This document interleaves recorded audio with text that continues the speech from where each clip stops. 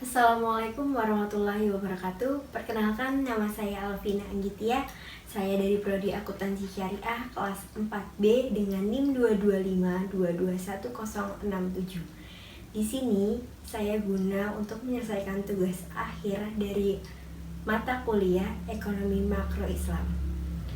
Baik, sebelumnya saya mendapatkan tugas untuk memilih dari beberapa pertanyaan yang sudah diberikan dari Bu Safaa, dan saya memilih untuk menjawab nomor 3, yaitu mengenai apa pengertian ekspor dan impor dan bagaimana perkembangan ekspor dan impor di Indonesia saat ini.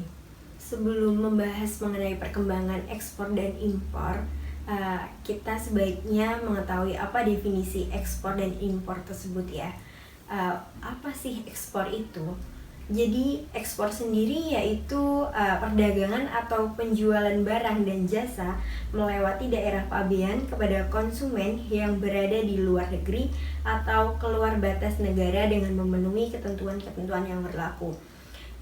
Dapat disimpulkan kayak lebih gampangnya, ekspor itu kayak suatu negara mengeluarkan barang kepada negara lain, kayak dari Indonesia mengeluarkan barang ke luar negeri, seperti itu. Sedangkan impor sendiri yaitu kegiatan ekonomi membeli produk luar negeri untuk keperluan atau dipasarkan di dalam negeri. Jadi seperti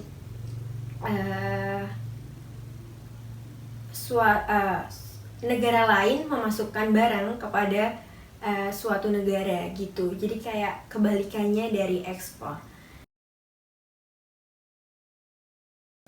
Baik, di sini saya akan menjelaskan mengenai perkembangan ekspor dan impor di Indonesia saat ini.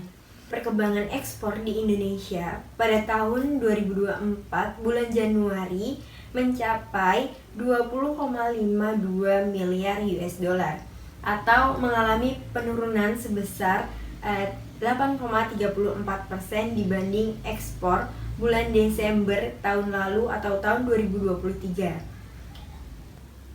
Ekspor non migas menurut golongan barang. Jadi dari 10 komoditas dengan nilai ekspor non migas terbesar Januari 2024, komoditas dengan penurunan terbesar dibanding Desember 2023 adalah bahan bakar mineral sebesar 805,9 juta US dollar. Sedangkan peningkatan terbesar terjadi pada lemak dan minyak hewan atau nabati sebesar 208 juta US dollar. Dan selanjutnya ada menurut sektor. Ekspor non migas ini juga dari hasil industri pengolahan bulan Januari 2024 itu mengalami penurunan sebesar 3,69% dibanding bulan yang sama pada tahun 2023. Jadi pada bulan yang sama itu pertambangan dan lainnya mengalami penurunan sebesar 23,54%. Sedangkan ekspor hasil pertanian kehutanan dan perikanan ini naik malahan, yaitu sebesar 0,11%.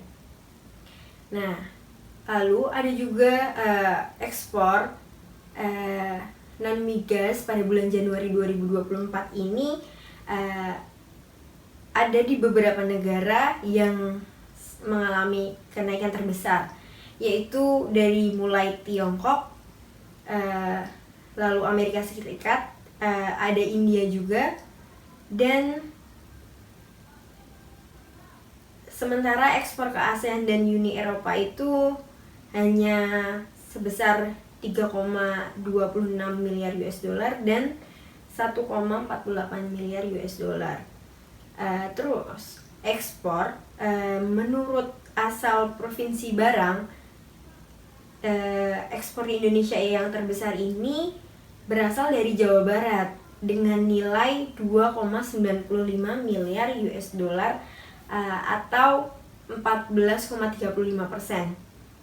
lalu diikuti oleh Kalimantan Timur, yaitu mencapai 2,17 miliar US dollar, dan yang terakhir yaitu Jawa Timur dengan nominal 1,99 miliar US dollar.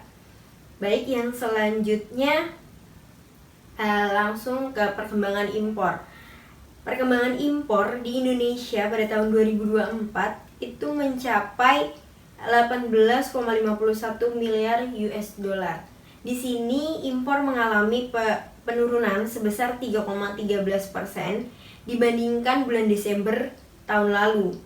Adapun penurunan impor menurut golongan barang non migas terbesar pada bulan Januari 2024 itu adalah bahan bakar mineral sebesar 184,9 juta US dollar. Sedangkan peningkatan terbesarnya adalah mesin atau perlengkapan elektrik dan bagiannya sebesar 349,9 juta US dollar.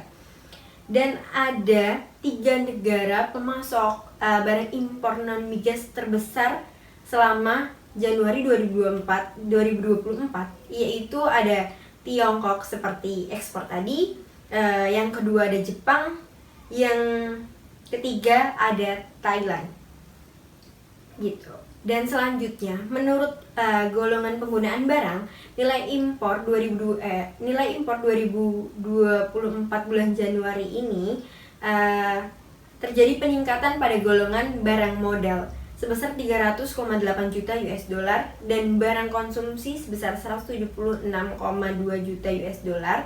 Sementara golongan bahan baku atau penolong itu mengalami penurunan sebesar 410,9 juta US dollar. Nah, jadi dapat disimpulkan perkembangan impor pada bulan Januari 2024 di Indonesia ini sebenarnya mengalami surplus secara keseluruhan gitu, sebesar 2,2 miliar US dollar, terutama berasal dari sektor non migas, namun tereduksi oleh defisit sektor migas senilai 1,30 miliar US dollar. Baik, mungkin cukup sekian penjelasan dari saya mengenai ekspor dan impor dan perkembangan ekspor dan impor di Indonesia saat ini. Bila ada salahnya saya mohon maaf. Wassalamualaikum warahmatullahi wabarakatuh.